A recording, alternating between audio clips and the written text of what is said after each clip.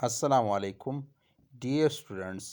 آج ہمارا ٹاپک ہے why do we formulate educational policy. ہم ایجوکیشنل پالیسی کیوں بناتے ہیں یا need and importance of educational policy. Educational policy کی ضرورت اور اہمیت کیا ہے؟ تو آج ہم اس بارے میں پڑھیں گے. سب سے پہلے ہم یہ پڑھیں گے کہ what is educational policy. Educational policy ہے کیا؟ Educational policy refers to the collection of laws and rules. Educational policy سے مراد قوانین اور یا اصول ہے that govern the operational of educational system, جو کہ گورن کرتا ہے، چلاتا ہے ایجوکیشنل سسٹم کو. تو اس کو ایجوکیشنل پالیسی کہتے ہیں. امپورٹنس آف ایجوکیشنل پالیسی یعنی ایجوکیشنل پالیسی کی اہمیت کیا ہے؟ ایوری فارمل سسٹم اور an organization operates under some rules and regulations. کوئی بھی رسمی نظام یا تنظیم ایک خاص رسمی اصول اور ریگولیشن کے تحت کام کرتی ہے. That helps the respective organization or system to achieve goals or objectives. وہ اس متعلقہ آرگنائزیشن یا سسٹم کی مدد کرتا ہے کہ وہ اپنے مقاصد حاصل کر لے. For which it is establish, جس کے لیے یہ تنظیم یا آرگنائزیشن بنائی گئی ہے. اسی طرح ایجوکیشنل سسٹم میں بھی یہی ہوتا ہے. جیسے کہ پہلے بتایا کہ یہاں پہ بھی لاز اینڈ رولز کی ضرورت ہوتی ہے چونکہ ایجوکیشنل سسٹم کو آپریٹ کرتے ہیں. اس کو ہم ایجوکیشنل پالیسی کہتے ہیں. اب ہم اس کو مزید ایلیبریٹ کریں گے. The need and importance of educational policy are highlighted as under. اب ہم نے چند نکات، اہم نکات یا امپورٹنس جو نیڈ ہے ان کو ہائی لائٹ کیا ہے. سب سے پہلے administration and planning. Administrator are considered main stakeholder for any system. Administrator جو ہے وہ مین کی جو اسٹیک ہولڈر ہوتا ہے کسی بھی آرگنائزیشن میں. آرگنائزیشن جو ہے وہ ڈیپینڈ کرتا ہے ایڈمنسٹریٹر کے اپروچ اور ان کی پلاننگ پہ. اسی طرح ایجوکیشنل پالیسی جو ہے وہ صحیح طور پر گائیڈ کرتی ہے ایڈمنسٹریشن کو اور پلاننگ پروسیس کو. جو اہم کروشل ایم ہے پالیسی کا، وہ آرگنائز کرتا ہے اور ماڈریٹ کرتا ہے ایڈمنسٹریشن کو اور پلاننگ کو. تو اس طرح اس کے ذریعے، پالیسی کے ذریعے کوئی بھی ایجوکیشنل جو سسٹم ہے یا آرگنائزیشن ہے وہ اسموتھلی رن کرتا ہے. تو یہ اس کا پہلی جو ہے امپورٹنس تھی. سیکنڈ پہ جو ہے وہ economy of time and capital, وقت اور سرمایہ کی بچت.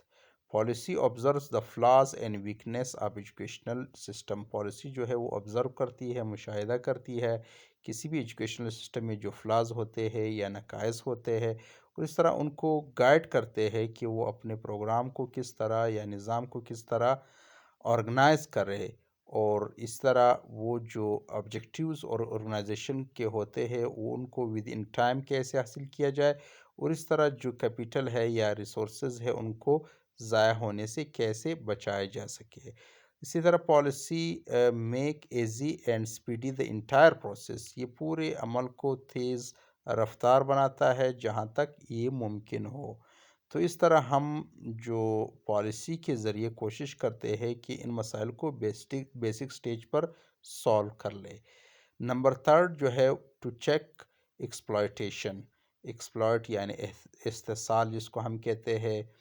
بعض اوقات نظام کو چلانے کے لیے گورنمنٹ جو ہے وہ کچھ اختیارات جو ہے ایکسٹرا آرڈنری اختیارات وہ نچلی کی طرف منتقل کرتے ہیں نچلی سطح پر.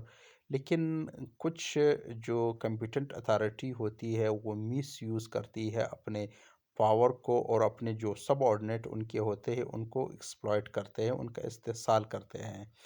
جو پالیسی میکر ہوتے ہیں وہ ٹائم ٹو ٹائم وہ چیک کرتے ہیں اس ایکسپلائٹیشن کو پالیسی کے ذریعے.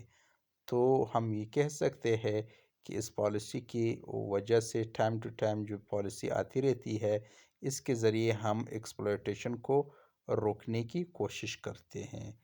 تو مختصر الفاظ میں یہ کہ جو پالیسی ہوتی ہے اس کے ذریعے ہم ایکسپلائٹیشن کو کنٹرول کرتے ہیں۔ نمبر 4 بھی جو ہے usage of resources in proper way, وسائل کا صحیح سمت میں یا صحیح انداز میں استعمال۔